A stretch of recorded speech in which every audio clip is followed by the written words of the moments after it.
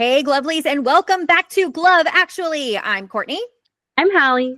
And I'm Melissa. And this week, as always, we have lots to talk about. And later, we will be joined by our new bestie, my Pookie from season 1, episode 15, Fisher Polydoroff, who you might recognize from his time with the Savannah Bananas or from his recent draft to the Indianapolis Clowns. And this week, we are going to talk all about what I know is one of Fisher's favorite topics, which is historical baseball. We're also going to talk a little banana ball, too. But as always, if there's anything you want us to talk about here on the podcast, be sure to leave it in the comments and be sure to follow us on Instagram, TikTok, and subscribe to the Glove Actually podcast on Spotify, Apple, and Amazon podcasts. And be sure to turn on post notifications to stay in the loop when we post new episodes every Wednesday. All right, Glovelies, let's kick things off, as always, with our Pookies of the Week. Melissa, who is your Pookie of the Week? My Pookie this week is Matt Olson of the Atlanta Braves. When I was doing some research for this episode, I knew of him, but I was reminded of him, so that's why he's my Pookie this week. Matt is currently the active player closest to breaking Cal Ripken Jr.'s consecutive 21-31 game record. Which honestly is not close at all because he's at 782 games, but he's the closest active player right now. And that actually makes him 12th overall coming towards Cal's record. So he's way off from that number one, but in this day and age, I think that's actually a pretty amazing accomplishment considering the fact, how people are prone to injuries these days and people rotate. So I think that's pretty amazing. 782 is a lot for this day and age. He also had his 1,000th career hit in 2025, and he won his first Gold Glove award in the National League last year. He was the Braves nominee in 2023 for the Roberto Clemente Award for his involvement with Recliff, which is a treatment and fitness center for autism. So he is my Pookie this week, and I just want to wish Matt Olson a happy and healthy 2026 season. Yeah, that's great. And I love that we have someone who's current and active that is that close to Cal's record. I think that's really amazing. So Congrats, Matt. I hope you have a great season. Hallie, who is your Pookie of the Week this week? My Pookie this week is author Kat Sebastian. As of recording, I just picked up her most recent book, and I could not put it down last night. But yeah, After Hours at Dooryard Books, newest book from Kat Sebastian. Lovely, excellent. I knew I was going to love it because I love everything she writes. Stunning. Very excited. Courtney, who's your Pookie this week? So I kept it historical since we have Fisher on the episode this week. Since the Indianapolis Clowns have history as a Negro League team, I chose the iconic Satchel Paige. He debuted in the Negro Leagues for Chattanooga in 1926 at the age of 19. He was the first Black pitcher and 7th Black player in the major leagues and is still the oldest player to debut with Major League Baseball when he debuted with the Cleveland Indians in 1948. He is also the oldest pitcher to record a shutout, which he did at age 46 in 1952 against the Detroit Tigers. And he continued to pitch well into his 60s before becoming a member of the coaching staff for the Atlanta Braves. And he was the first Negro League player elected to the Baseball Hall of Fame in 1971.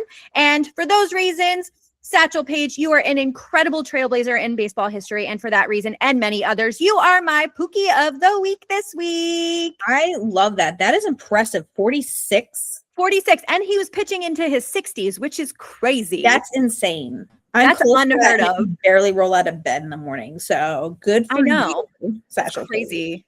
All right, Glovelies, we want to hear from you. Who is your Pookie of the Week this week? Be sure to let us know in the comments and be sure to tag your Pookie if you can. All right, Glovelies, once again, we are making Glove Actually history here today on the pod. This is the first time a previous episode's Pookie of the Week is going to be joining us as a guest. And I am so excited that we are joined today by Old Knuckles himself, Fisher Polydoroff, who was drafted by the newly resurrected Indianapolis Clowns for the upcoming 2026 Banana Ball season. Welcome, Fisher! Yeah. Salutations. I am so delighted to be here. Ladies, thank you so much for having me on.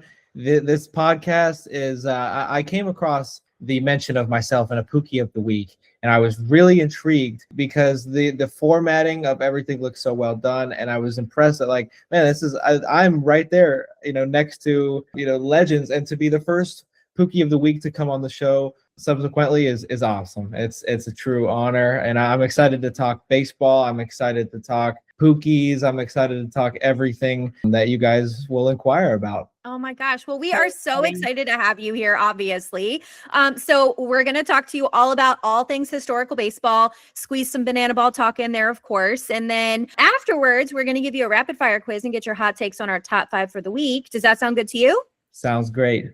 Amazing. Okay. Well, first things first, you've listened to our show before. So of course, I'm going to ask you, who is your Pookie of the week? So my Pookie of the week is Brooke Knows Ball. She's gaining popularity by the minute because her breakdowns of baseball analytics and statistics is phenomenal. I think she has a really bright future in the sport of baseball and journalism. And before I joined Banana Ball, I wanted to be a broadcast journalism major after I transferred out of my JUCO. And I still, could do that. I'd love to call baseball games, but she's got such a voice for it. So she definitely gives my primary Pookie of the week, and my secondary, I'm giving an honorary Pookie of the week to a well-deserving Savannah Banana named Connor Harris, who has been a light of positivity ever since signing with them. He played with me on the Visitors, and we are going to be roommates together in Savannah. His Pookie call to fame, I guess, in this tense would be his wholesomeness and the content that he puts out that promotes such a beautiful brand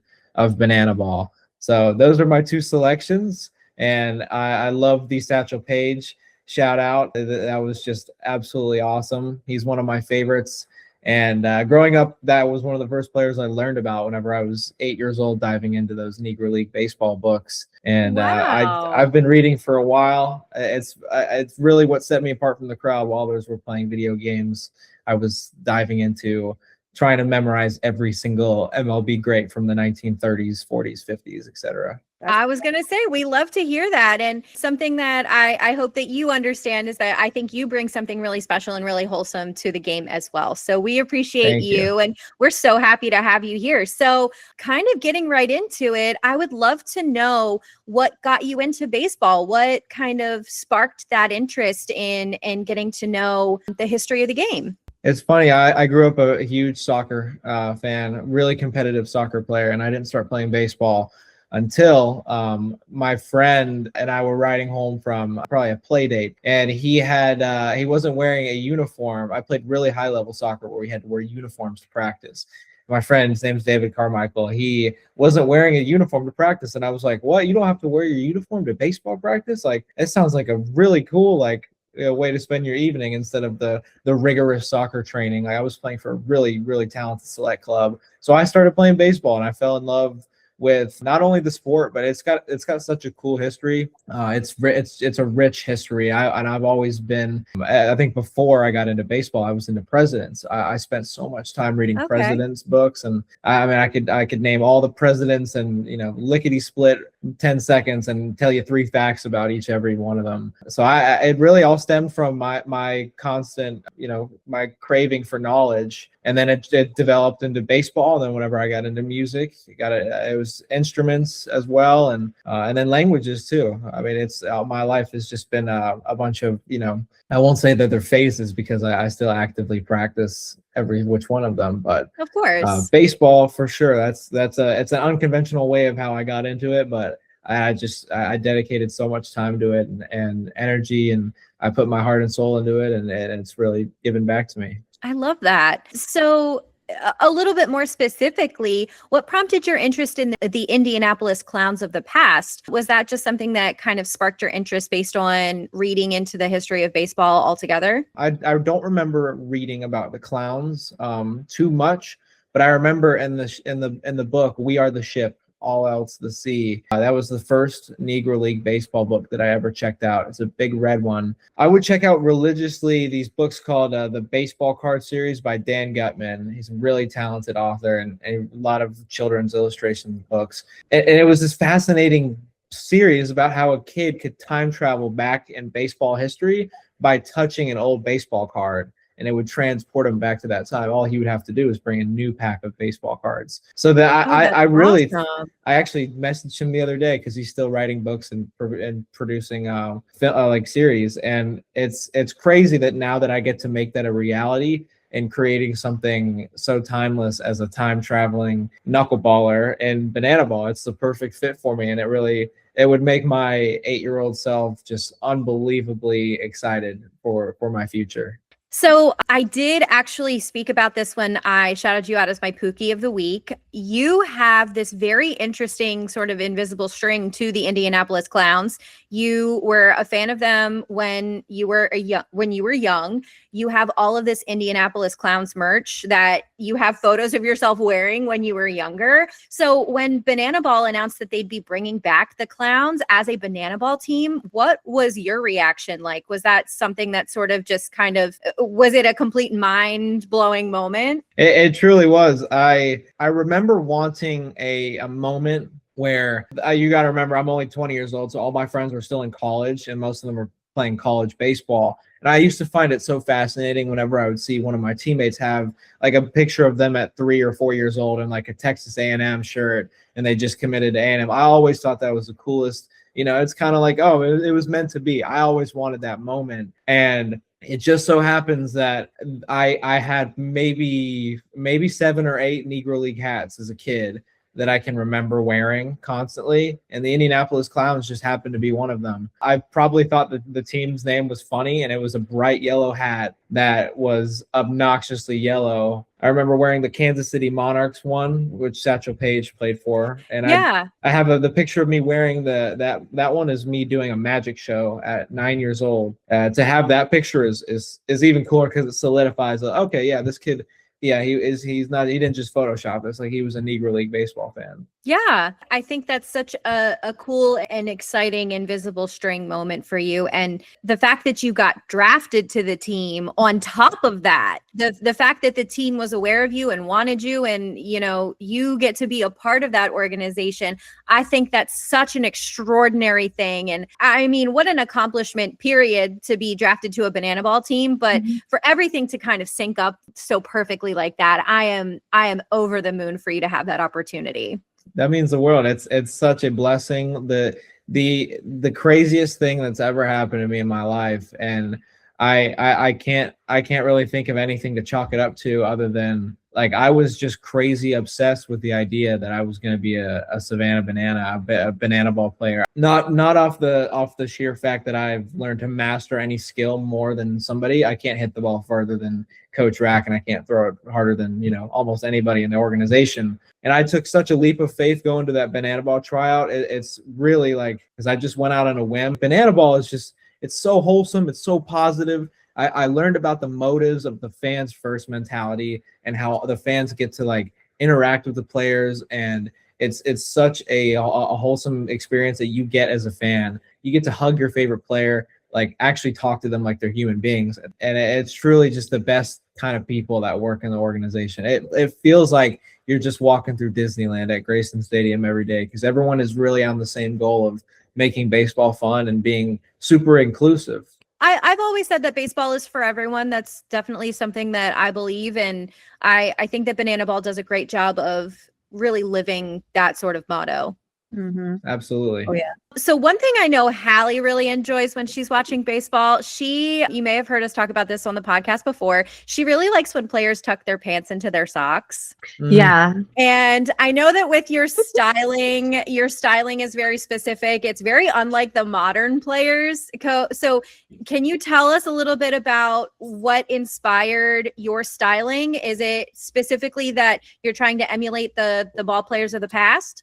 Yeah, so it really wasn't and to answer Hallie's question, because I remember she asked this on episode 15, I do wear pants tucked into my socks. I wear like old, like kind of pre-1950s knickerbockers, and I tuck them into my long socks. And this is where I tie into the second answer of how I created the vintage character. So I planned on going back to college for the rest of my 3 years, and the character is so authentic to myself, and I specialize in and 40s, 50s, and 60s music, especially 1950s doo-wop, which in the mid 50s, that's when the clowns were at their peak. It seems like it was made for me and tailor-made for Old Knuckles' character to enter Banana Ball at the right time. It's one of those right timing things that you would have no idea about back in May, whenever I had no idea about the clowns. And funny enough, I went to the Georgia Sports Hall of Fame and I made some videos about Phil Niekro, legendary Braves knuckleballer. I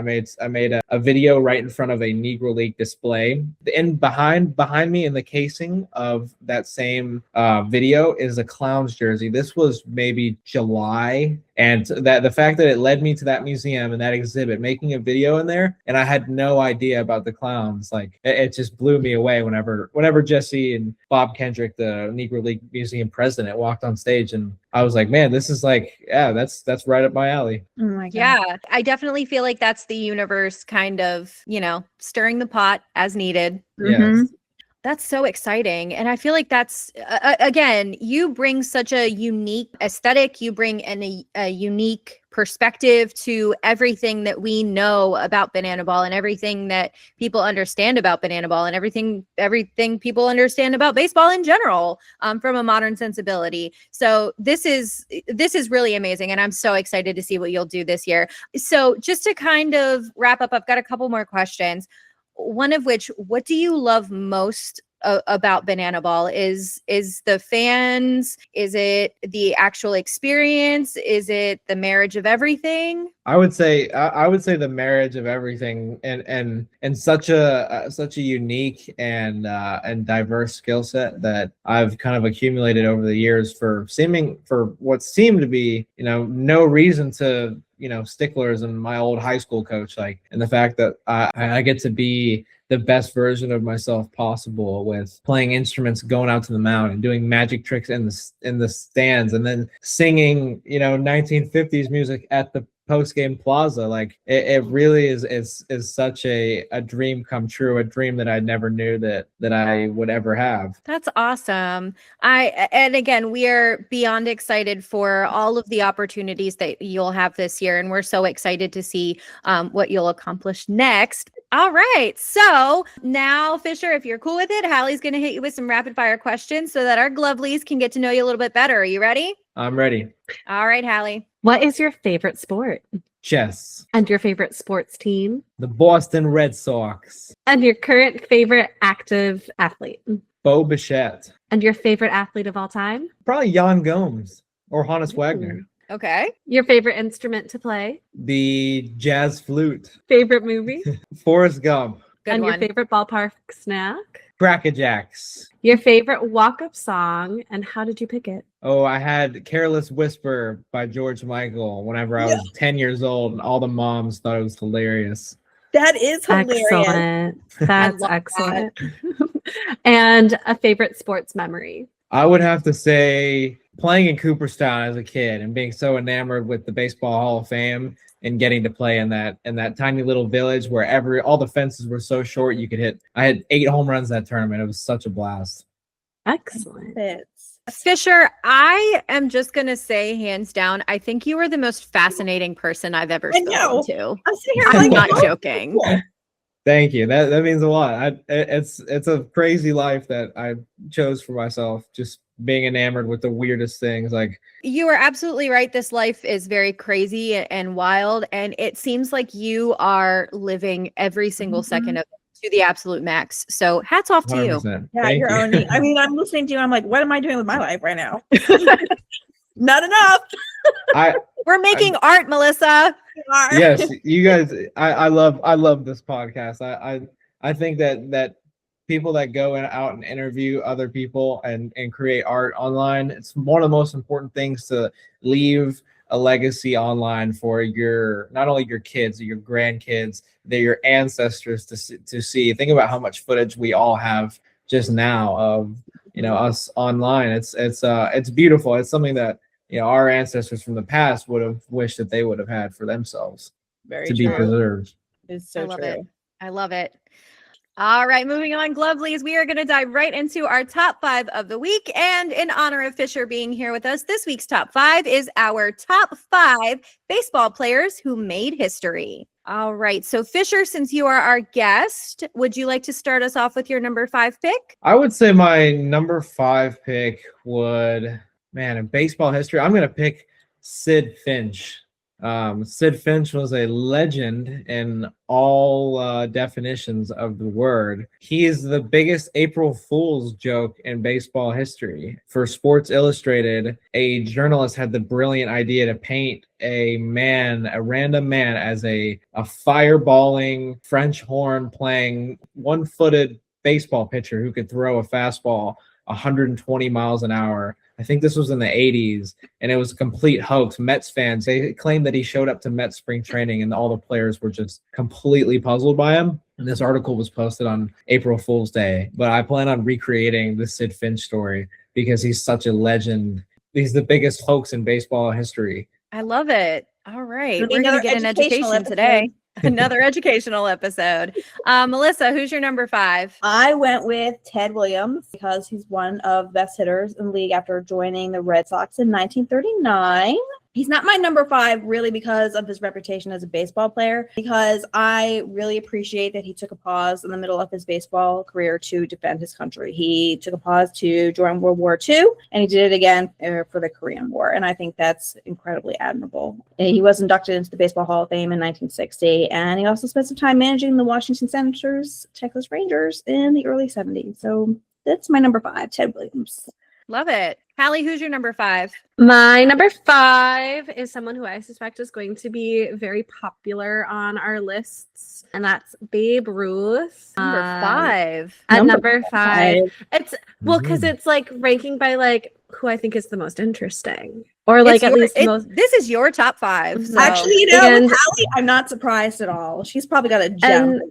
And I think it would be disingenuous not to include Babe Ruth on 5 most important baseball players of all time list. Yeah. I think I think agree. it would be foolish. Agreed. Mm-hmm. My number 5 is Cal Ripken Jr. We are big Orioles fans here on the pod. Cal was Maryland born, and he played his entire career for the Baltimore Orioles. He also broke Lou Gehrig's consecutive game streak of 2,130 games, going on to establish an MLB record streak of 2,632 consecutive games played. He was also named AL Rookie of the Year in 1982, won the World Series with the O's the next year in 1983. He was also a 19-time All-Star, 2-time AL MVP, 2-time Gold Glove, 8-time Silver Slugger, and he also won the Roberto Clemente Award in 1992. I love a big piece of Baltimore history. I'm always going to bleed orange no matter what happens with my personal favorite player. I'm always going to be an Orioles fan, so somebody from the Orioles had to make it onto my list, and why not Cal Ripken Jr.? Of course. Love it. Love him. All right, Fisher, who's going to be your number 4? Number 4, I'm gonna throw this one out here, and this guy's he's getting a lot of popularity on the internet because people are discovering how weird and interesting of a person he was. I'm gonna say Rube Waddell, legendary dead ball era pitcher who was known for being the most interesting man in baseball. He would constantly be distracted by fire trucks and shiny objects and puppies in the stands. He was known for I think it's why everyone's finding out about his story, because it's just so hilarious. He put out an ad in the paper for like looking for a wife, and the requisites were like just insanely hilarious and very, very like Victorian era. He played in the early 1900s, just really, really talented pitcher and one of the most interesting men in baseball history. Love it. All right, Melissa, who's your number 4? What you got? My number 4 is Joltin' Joe DiMaggio. Okay. He played center field for the New York Yankees. He had a very long career from 1936 to 1951, again with the exception of a break. Another one who stopped and served his country during World War II. He joined the Army.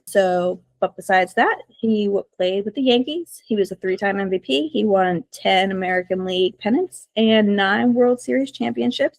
And I also want to point out that he was also married to Marilyn Monroe. So everyone talks about Taylor Swift and Travis Kelce. Right here, you had your original Hollywood. That really was. That was your OG athlete Hollywood couple. Yep. I love that. Hallie, who you got for number 4? My number 4 is a group of players that all have something in common, and that's their Baseball Hall of Fame inductees, specifically the Minnesota Twins ones. But off the top of my head, my 4 favorite of them: Rod Carew, Kirby Puckett, Tony Oliva, Harmon Killebrew. Okay. Nice. I love it. Yeah, that's fantastic. My number 4 is actually Melissa's number 5. It's Ted Williams, who Melissa mentioned that he left Major League Baseball twice to fight in 2 different wars. He is currently the second most recent player to hit over 400 in a season. He was a 19-time All-Star, also won the World Series, 2-time MVP, 2-time Triple Crown winner, 6-time American League batting champion, 4-time home run leader, a 4-time RBI leader. He also won the Presidential Medal of Freedom. He was on the MLB all-time team, and he's a philanthropist, and a lot of his outreach and fundraising is for cancer research and the care of cancer patients. And of course, he was inducted into Cooperstown in 1966. So, Ted Williams. Love it. For my number 3, I'm going to pick Honus Wagner. I've always been a huge Honus Wagner fan, and I think that what he did for the game of baseball was really just inspiring. He was a stocky, bow-legged shortstop who was just a definition of a gritty ball player. Wagner was, I think I idolized him so much as a kid because he took his name out of the T206 Piedmont set of cigarettes. He removed his cards from production, and it's speculated because he did not want kids trying to find his cards by smoking cigarettes. So it was very notable. That's why it's become the most valuable baseball card in existence. Interesting. I did not know that. All right. Melissa, what you got for number 3? My number 3, I combined the 2 players with the most endurance, and that would be Lou Gehrig and Cal Ripken Jr. Of course, Orioles fan, Cal had to be on there somewhere. Gehrig played 2,130 consecutive games from 1923 to 1939, and he may have been able to play more if he had not had symptoms of ALS, which we also know as Lou Gehrig's disease. And then his record stood, of course, like Courtney mentioned, until 1995 when Cal Ripken Jr. broke it with his 21-31 game, which we just celebrated the 30th anniversary of. with the most magical walk-off win in Orioles history. All right, Hallie, what you got for number 3? My number 3 is I wanted to select someone who harkens back to one of my favorite baseball traditions, and that is a silly name. So I picked my favorite silly name classic baseball player who also happened to play on the Minnesota Twins at one point in his career, Mudcat Grant. You're my number 3. Love it. Mudcat Grant. My number 3 is going to be Hammerin' Hank Aaron. Hank Aaron hit at least 30 home runs in 15 of his active seasons, and only one other player in Major League history has ever done it, which is Alex Rodriguez, for anyone wondering. He also holds several long-standing Major League Baseball records, including total career RBIs, total career bases reached, career extra base hits. He broke Babe Ruth's career home run record and was a 25-time All-Star, World Series champion, NL MVP in 1957, 3-time Gold Glove, 2-time batting champion, 4-time National League home run leader, 4-time National League RBI leader, and, of course, was inducted into Cooperstown in 1982. All right. So, Fisher, let's get into your number 2 pick. What you got for me? Okay, this is another informative one, and I chose Ed Hammond, who was known as Ed the Clown. He was the first white player to ever play with the Indianapolis Clowns, and he was an entertainer that would dress up in clown makeup. He had a ginormous baseball bat, and he actually carried around with him a live duck for his performance. And there were numerous baseball clowns back in the early days of baseball. There was even one major leaguer named Al Schott, and he became a baseball clown and started entertaining after his playing career. And Ed Hammond was such a genius of baseball traveling shows, and I really hope that I myself can preserve his legacy because of what he did for the Indianapolis Clowns. Every day's a school day. Melissa, all right, who do you have for number 2? My number 2 is Jackie Robinson, the first African-American player to debut in the MLB in 1947. He was first baseman for the Brooklyn Dodgers. Not only did he break the color barrier, he also won Rookie of the Year that year. And then he made the All-Star team 6 years in a row from 1949 to 1954. And I don't want to steal all the thunder because I know somebody else also has Jackie Robinson on their list. So, but yeah, my number 2, I think he's definitely an amazing player and deserves call out. So Jackie Robinson. Absolutely. Hallie, what you got for number 2? My number 2 is someone I learned about through the Googling because I just wanted to experiment. My number 2 is Lizzie Arlington, who is believed to be the first woman to ever play on a men's professional baseball team. And records from the 1890s are a little murky on the specifics. It's possible there could be another lady who played before her or approximately at the same time, and the records just aren't like digitized and as easily findable for more people. She pitched 1 inning and was not allowed to come back. I think was the scared problem. all the men. Yep. Yeah. So they said we could never live up. I love that. And that's very topical for this podcast. So good call. Good Yeah, pick. Hallie. I like Thank that. you. Thank you. My number 2 is going to be George Herman Babe Ruth, aka the Great Bambino, the Sultan of SWAT, the Goliath of Clout, and the Behemoth of Bust. Widely considered to be the greatest baseball player of all time, he was one of the first 5 inductees into the Baseball Hall of Fame, set multiple long-standing records, and was a member of the Murderers Row lineup of the 1927 Yankees. He established a significant benchmark for offensive power in baseball, and he's from Baltimore, just like me. Mm-hmm. Yay. Yeah, babe. All right, we have come to our number 1 picks. So, Fisher, what's your number 1? I'm gonna say my number 1 is probably Hank Aaron, and I'll tell you why, because of the fact that personal connections to him. He basically left home at 18 to play for the Indianapolis Clowns in 1952, and they were the first That doesn't team sound familiar. I know. Totally off topic with this interview. So it's so symbolic, him being an 18-year-old kid that just ran away and joined the circus, and it all worked out for him. I want the exact same thing to happen in my life, except for in my opinion, a cooler sport and banana ball. I want to be the Hank Aaron of the Clowns. I love that. That's such a good choice for your number 1. And I hope that ends up, someday down the line when other people are making their top 5 lists. Who knows? Yeah. You'll be on that list. Yeah, that'd be awesome.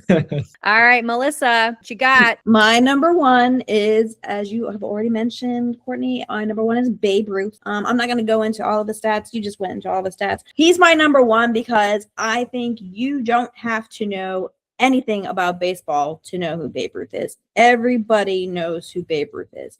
Any kid who's ever picked up a freaking wiffle ball bat, just hitting around the ball in the backyard, knows who Babe Ruth is. So I think for that reason, my number 1 is Babe. He's just the most notable player probably out there. Love it. Hallie, what you got? My number 1 is somebody who is very popular on the lists today. So I don't really need to say much, but it's Jackie Robinson. Shout out the Daytona Tortugas. Yes. Mhm. They play at Jackie Robinson Stadium. They do. My number 1 is also Jackie Robinson. As many of you know, he was the first African-American player to play in Major League Baseball when he joined the Brooklyn Dodgers in 1947. He collected dozens of accolades. He was Rookie of the Year, 6-time All-Star, NL Stolen Base leader twice. He was a member of the World Series championship team with the Dodgers in 55. He also contributed significantly to the civil rights movement of the 1950s and 60s, and he became the first Black television analyst for MLB. He was inducted into the Baseball Hall of Fame first ballot in 1962, and his iconic jersey number 42 has been retired by every Major League Baseball team and is worn across the country on April 15th by every MLB player. He was also posthumously awarded the Presidential Medal of Freedom as well as the Congressional Gold Medal, and those are the 2 highest civilian honors available to any U.S. citizen. I've said this before, baseball is for everyone, and for me, players who break barriers are, in my opinion, the biggest history makers, which edges Babe Ruth out slightly. But I agree with you, Melissa. Babe Ruth is synonymous with baseball. But for me, Jackie Robinson is the player who made the most history. All right, Glovelies, what did you think of our top 5s? Who do you think is the baseball player who made the most history? Be sure to let us know in the comments. All right, Glovelies, before we wrap things up, we are going to leave you with some recommended media for this week, brought to you by our very own Melissa over at No Regrets Reader. Take it away, Melissa. All right. Well, we've already talked a lot about Jackie Robinson, but we're going to talk a little bit more about Jackie Robinson since we're talking historical baseball players for this episode. We are going to be talking about 42 this week, starring Chadwick Boseman, Harrison Ford, Nicole Bahari, Christopher Maloney, Andre Holland, and Alan Tudyk. Is from 2013. This movie is based on the true story of Jackie Robinson's rise to his first major league debut and the adversity he faced during his first season with the Brooklyn Dodgers. It's the end of World War II. The world is changing, and in 1946, Branch Rickey, the general manager of the Brooklyn Dodgers, is making a move to integrate baseball by inviting the first African-American baseball player to spring training. And his choice is Jackie Robinson, who's currently with the Kansas City Monarchs Negro League team. Jackie served in World War II and has a history of rejecting segregation, including being court-martialed for refusing to follow Jim Crow laws. Mr. Rickey meets with Jackie and informs him of his intentions to break the color barrier and tells Jackie he needs a player that has the guts to choose nonviolence in the face of adversity. A deeply religious man, Rickey appeals to Jackie's faith and asks if he's capable of acting like our Lord and Savior and turning the other cheek. Eager to get a chance to play, Jackie agrees. So the movie follows Jackie's journey through his first spring training, his 1946 season of playing for the Dodgers international affiliate in Montreal, and then eventually his MLB debut in 1947 with the Brooklyn Dodgers. During the course of the movie, the viewer will witness the extreme racism that Jackie experiences in his early days, including fleeing from a potential lynch mob in the middle of the night after his first game, to unruly fans, to other teams in the league berating him, and even his own teammates berating him. However, the longer Jackie plays, you can gradually see progress as people witness Jackie's talent and the constant stream of racism that he's forced to face on a daily basis. And some of my favorite scenes include, so you have the random bystander that approaches Jackie and his wife in the street, letting Jackie know that color shouldn't matter as long as he can play well. You have Branch Rickey letting the Phillies GM know that if the Phillies forfeit a series because he doesn't want his team to play Jackie,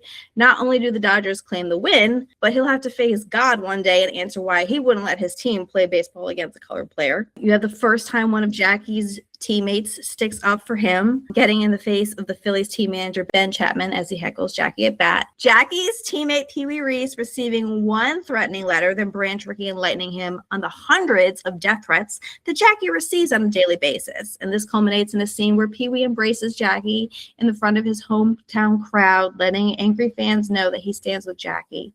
And fun fact, I looked this up. Apparently that scene occurs 1 hour and 42 minutes into the movie, and Pee Wee Reese's number is 1, and then of course you have Jackie's number is 42. Oh wow, I never knew that. That's so cool. Yeah, I was like, oh, that's a fun fact. I have to bring that one up. That is a fun fact. And then I think one of my favorite moments was a moment of humor when Jackie's teammate, Rob Franco, just tries to break another color barrier by convincing Jackie to shower with the rest of the team.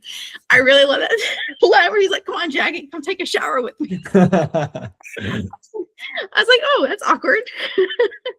But anyways, as we know, I like to fact check the based on a true story movies. So while this is stated to be fairly accurate, I do want to point out a couple of inaccuracies. Jackie was not the only African-American player to debut in 1947. There were apparently 5 players, including Jackie, that debuted in 1947. Let's see, in the movie, so the first manager of the Dodgers, Leo DeRocher, was released due to a Hollywood sex scandal in the movie. In real life, it was actually a gambling scandal. That scene where Pee Wee Reese says to Jackie, maybe we should all wear the number 42, that way they can't tell us apart. That was a line, but it was actually said by outfielder Gene Hermansky in 1951. And then the game at the end of the movie against the Pirates where they clinched the pennant, that was actually not the game where they clinched the pennant.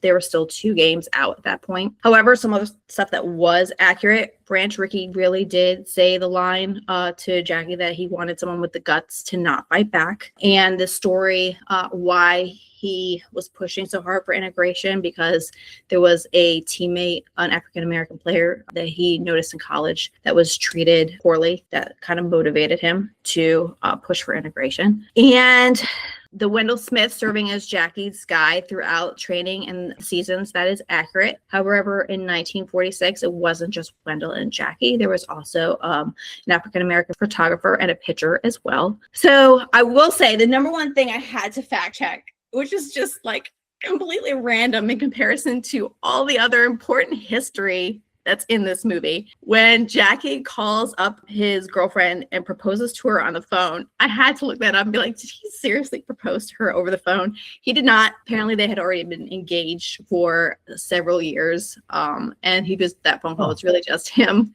calling to, let her know that he was going to spring training.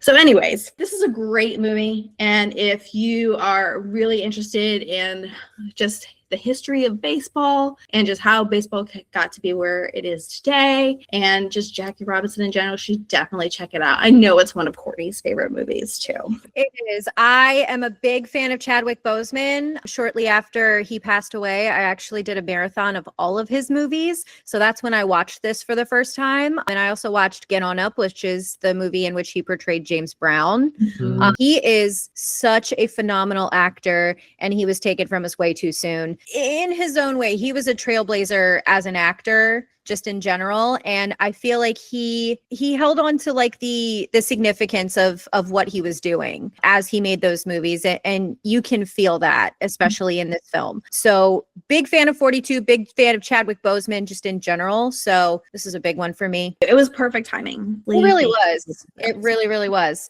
All right. Well, Glovelies, that's going to do it for this episode of Glove. Actually, I would love to take a moment to shout out the amazing Fisher Polydoroff for joining us today. Fisher, where can our listeners find you if they want to follow more of your content? Definitely on Instagram. I'm pretty active on social media at Fisher Polydoroff. Fish, ERPOLYDOROFF. Quite the doozy of the last name. But I'm on all social medias. I post a lot of vintage baseball content, a lot of instruments. I post just every trick I have up in my repertoire. Yes, and your evil twin Bishop Polydoroff. Bishop Polydoroff. That was hilarious, by the way. That was so funny. The fact that it was only on there for a split second before I put the image over there just made it like it's like eye catching. Like, wait, that's not his name. It is now. It is according to autocorrect. Yes, I blame Spotify for that. So Spotify, count your days. All right. So once again, I would love to thank Fisher Polydoroff for joining us today. And thank you all for listening. Be sure to follow us on Instagram, TikTok, and subscribe to the Glove Actually podcast on Spotify, Apple, and Amazon podcasts. And be sure to turn on post notifications to stay in the loop when we post new episodes every Wednesday. All right, everybody, what are you looking forward to most this week in the world of baseball? Who do you hope has fun this week? Fisher, would you like to start us off? Who do you hope has fun this week? I hope that Jesse Cole has fun this week. I know he's a hardworking man, and he does a lot to keep a lot of people's lives just, better. He's a very, very positive man and truly an inspiration. The Walt Disney of our generation, not only of sports. Yes. For those of you who don't know, that is Yellow Tux Jesse, who brought us Banana Ball. So shout out Yellow Tux Jesse. Love that. Hallie, who do you hope has fun this week? The Winter Olympics are upon us. Yes. And I hope everyone on the U.S. curling team has fun. And I hope all of the figure skaters have fun. Of course. Love that. Love it. All right, Melissa, who do you hope has fun this week? I hope that all of the Banana Ball players like Fisher are having fun this week, getting ready for the new season, especially all the players that are new to the league and will be starting their first season. I seriously cannot imagine a more fun environment to possibly work in, and I really hope you all are basking in the dream that you're living, because Absolutely. it seems amazing. Yes. One of my favorite Broadway stars, Derek Klena, actually just got signed to the Savannah Bananas. So very excited to see how that plays out. Oh my gosh, we're so fired up to have him. I've always had the ideology that Banana Ball needs way more people that like already have this sort of background of just multi-talented, multifaceted people, and he fits the mold. I mean, go figure. He has a very successful Broadway career, and he was a high-level baseball player in college. It's almost like me. It's like, yeah, okay, come on, that guy would be a perfect fit for Banana Ball. And I'm glad that he had a great tryout, and he's going to do great things for the Bananas, providing a whole nother fan base to Banana Ball. The only comp that I have for him is like Troy Bolton. Mhm. Yeah. He's Troy Bolton. Troy Bolton would excel at banana ball. Get Oh, Troy yeah. Bolton up in Absolutely here. would. I, like many baseball fans, am looking forward to seeing pitchers and catchers report in a couple of weeks because Mhm. I have been starved for baseball and I Yes. have been way too invested into Jeff Passan and Ken Rosenthal's Twitter updates on all of the free agents. So I am looking forward to getting some spring training tickets in my hands and spring training games on my schedule so that I can go watch actual baseball. I'm so excited. Can I get Give an me amen? baseball. Amen. Amen. All right. This has been Glove Actually. I'm Courtney. I'm Hallie. I'm Fisher. And I'm Melissa. Thank you so much for joining us today. Have a great week, Glovelies. And as always, be kind, keep it cute, and stay glovely. Lovely.